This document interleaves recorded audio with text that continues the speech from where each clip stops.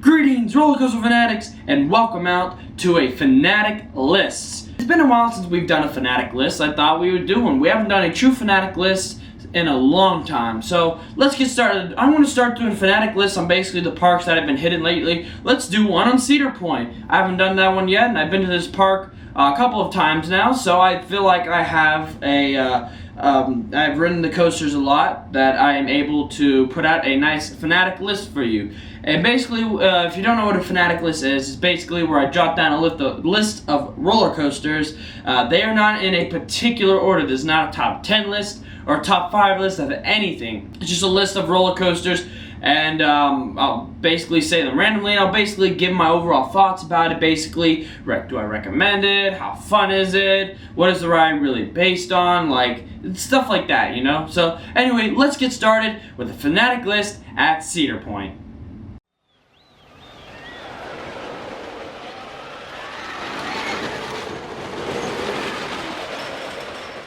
So we have a lot of roller coasters. Cedar Point is known to be America's roller coast. They have 17 roller coasters. They say 18, but Pipe Scream really isn't a roller coaster, so that's excluded out of this. There are 17 roller coasters. I'm not going to name all of them. I'm going to exclude the kiddie coasters like Wilderness Run and Woodstock Express, and we're just going to get started from there. So here we go. I feel like I should start with Iron Dragon because I just want to get this one out of the way. This is a relaxing roller coaster. This is one of those coasters where if you go to ride it, you're riding it in the middle of the day, where you've ridden a lot of intense roller coasters and you just want a relaxation. It kind of winds through the forest on the peninsula. It's really cool.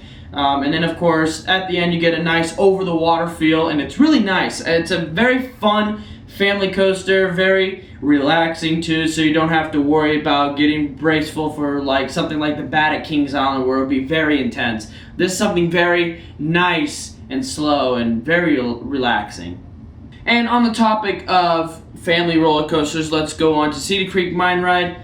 It's relaxing, but it is painful. This has the double lap bar, which means it has one lap bar that is for 2 people. It's 2 riders per seat. So that is going to be the bad part. Also, it can be pretty rough since it is an aerodynamic roller coaster and it's pretty old, so you have been warned. It can get pretty rough. Let's move on to a coaster that's actually going to be closing soon. That is Mean Streak. Mean Streak will be closing September 16th, and basically just get it out of the way now. It is a rough roller coaster, but it's enjoyably rough. I will say that. It's enjoyably rough roller coaster with the not so great layout, and it's okay, but it's not great, you know. I mean, make sure to ride it when nobody's back there. It's in the back of the park too, so I don't think anybody's really gonna ride it. It doesn't get long lines anymore, so.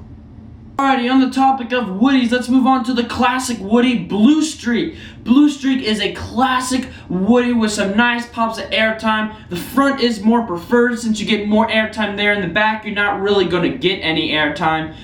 Be warned, though, about those headrests, though. They're kind of weird beams with cushion around it. It's not really that comfortable, so be warned, your head might get jostled and hit that, because this is the oldest roller coaster at Cedar Point, so it still has its roughness to it, but it's a very fun Woody. Okay, speaking of classic roller coasters, let's move on to the Corkscrew. This is an aerodynamics roller coaster that's kind of rough. It's okay, but it's not great. It's really one of those where you really just ride it once and you don't ride it again. It's just one of those special roller coasters that has a purpose. It really kind of made Cedar Point stand out, and I mean, it's all right. It's a classic. So let's go to, on the topic of aerodynamics roller coasters, let's move on to Gemini, which was actually built because of Corkscrew.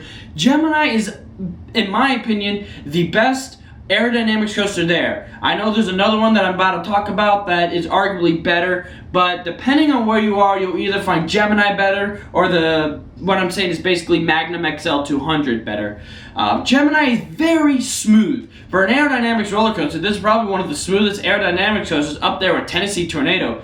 Very smooth, very fun. I like the pops of airtime that you get when you're cresting up on the hills for the turnarounds, and also just a nice high five sort of high-five flyby. Basically, on some of the turns, you're close enough where you can high-five the next train, which is very fun. Lines don't get long, so it's very awesome because of the high capacity. There are 2 tracks and 2 trains on each, so that's 4 trains. That's a huge capacity, and the trains are huge too. So, I mean, capacity moves very quickly on this, so lines won't be as long, and it's a very fun. It's definitely recommended to ride this.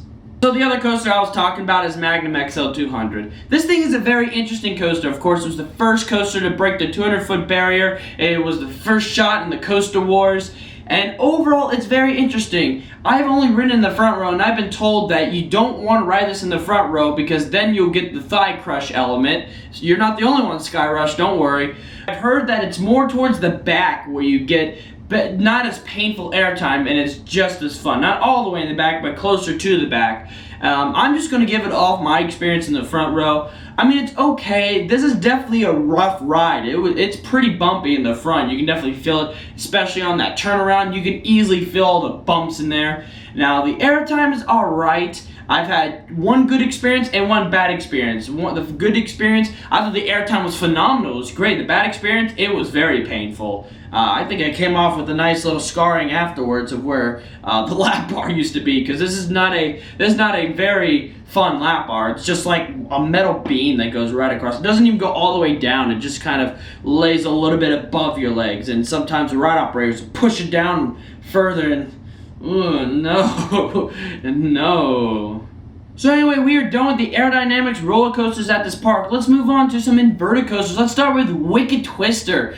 This is an insane Intimate Impulse, and by far my favorite for my personal experience. It's a very fun, inverted Intimate Impulse coaster. It has several launches, including a forwards and backwards launch, and I like that it has 2 spiral spikes and not just 1 spiral and 1 straight. That way, if you want to sit in the back or you can't sit in the front, you still get the same experience with the spiral in the back, and it's very fun. I like it in the back more than the front. It's very nice. The lines don't get too long on this too, so it's just, you get the wait only about a 15-minute wait, maybe 30-minute wait if you go on the right day, and then you just get a nice, great ride on it. It's very fun. It's right next to Gatekeeper too, so you get to ride Gatekeeper as well, and which, by the way, we'll talk about Gatekeeper just a little bit. But let's move on to the other inverted coaster in the park, Raptor. This is a really great inverted coaster. This is considered one of the best, and I really like this ride.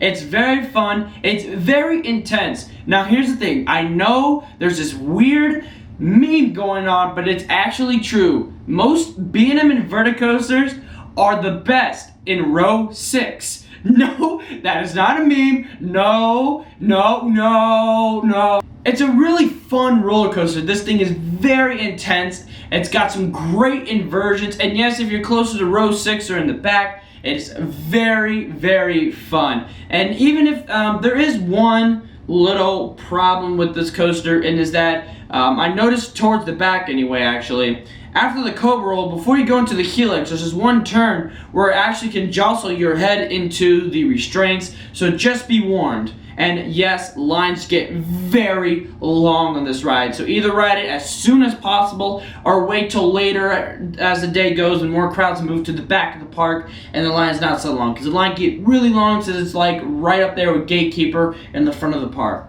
And now, we're on the topic of Gatekeeper. So, Gatekeeper is one of the newer roller coasters here. It's a very fun roller coaster. It's a wing rider, and it's really good. I've had great experiences on this roller coaster.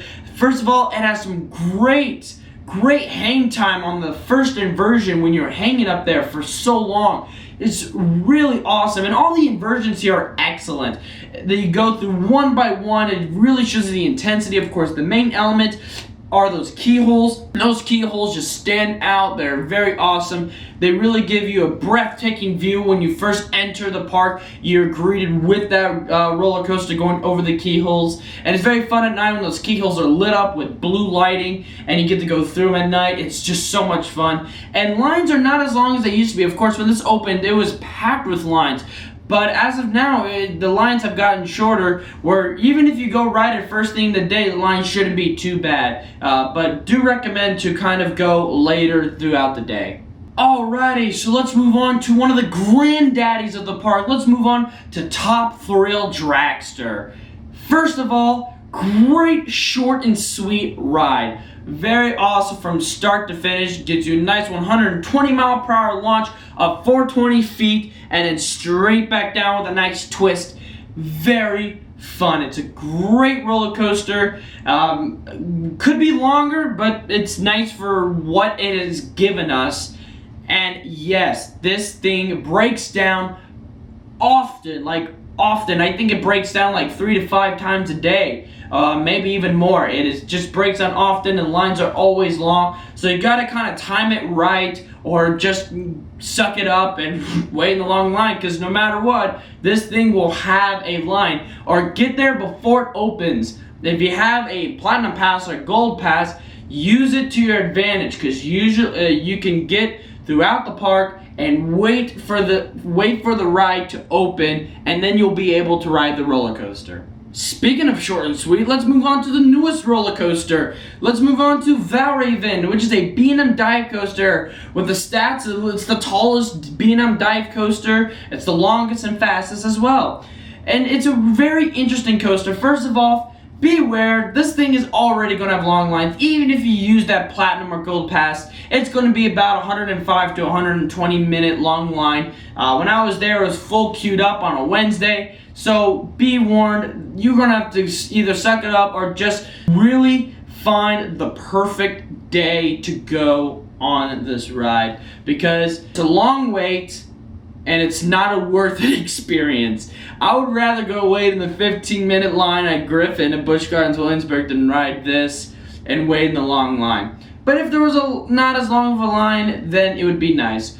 Overall, the ride is okay. The dive coaster is not bad, but it's not great. It's a nice experience. The problem that I have with this roller coaster is that if it's a dive coaster, the best thing is that drop. My favorite thing was the 270-degree roll. That means you've defeated the purpose of the dive coaster to begin with. It's supposed to feature the drop, not that cool little small inversion before the air timeless hill. But I mean, overall, it's a great ride, actually. I very enjoy this roller coaster. Alrighty, so let's move on to some other B&Ms. Let's move on to the final B&M, actually. Rugaru, or formerly known as Mantis. This is now a B&M floorless roller coaster, and it's an okay roller coaster. I mean, it's very shaky nowadays. I know I got a lot of headbanging towards before the inverted loop, and after the mid-course brake run, there's definitely some headbanging on the curves.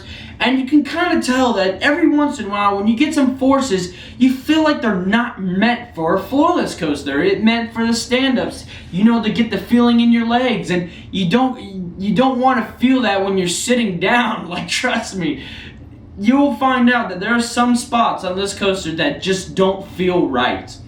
But other than that, the inversions overall are nice. I think the only version I didn't really enjoy was that inverted loop. But the corkscrew was awesome, the first vertical loop, and that drop is awesome. I liked how they're still using the fog. Every once in a while it doesn't work, but most of the time it does work, and the fog is a really nice feature right after the first drop.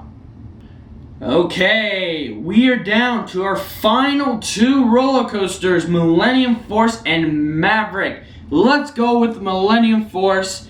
Right now, this is a phenomenal ride from start to finish. First of all, you get that great 300-foot lift and then the 300-foot drop. Unbelievable. It's a great drop with some great bank turns. On some of the bank turns, you grade out. Yes, this is Millennium Force. This is not forceless in any means. This is a great roller coaster. It's running better than it was last year, and overall it is a worth it experience. If you go there early in the day, lines won't be too long. The lines will start to pick up later throughout the day, and it's just a great experience. Back row is the best place to be. That's where you get most of the intensity, but it's great to also be up front for a nice view. But be warned, the front line is long. It has a longer line than the back, so it's easier to go to the back than it is to ride the front. And now we are down to our final ride. We are down to Maverick. So this one and Millennium Force are basically on a battle. There's a Team Maverick and a Team Millennium Force battling out to see which one is better, because these are both equally matched. These rides are so good. Of course, Maverick has that nice little smooth launch. You're like, okay, this is peaceful. I like the launch. And then you go into a beyond vertical drop, and it's only 100 feet up. But as soon as you get off that drop, you're going at mind-blazing speeds with some great sharp bank turns with some great airtime. Of course, you do some nice tube inversions, and afterwards you're in a launch tunnel. And the launch tunnel catches you off guard, you're in it, and then out, you come out of the tunnel. Then you go through some nice bank turns, and it's overall a great ride. My problem with it, though, yes there is this is the Volcano, the blast coaster of Cedar Point. Lines are always long, the capacity's not that great, so even though there's a lot of cars, those cars don't fit a lot of people. So, and it's a double loading station, but overall lines can get pretty long. I call this the Volcano, the blast coaster, because lines are always long on this ride. It is so popular, and it just has such a minimal capacity that it just has very long lines. So you have been warned. So thank y'all for watching. That was Fanatic list for Cedar Point. Overall, the coasters here are phenomenal. They are great coasters. That's why Cedar Point is famous for these roller coasters. Very awesome. Thank y'all for watching. Make sure to check out other Fanatic lists. And as always, roller coaster fanatics, keep coasting.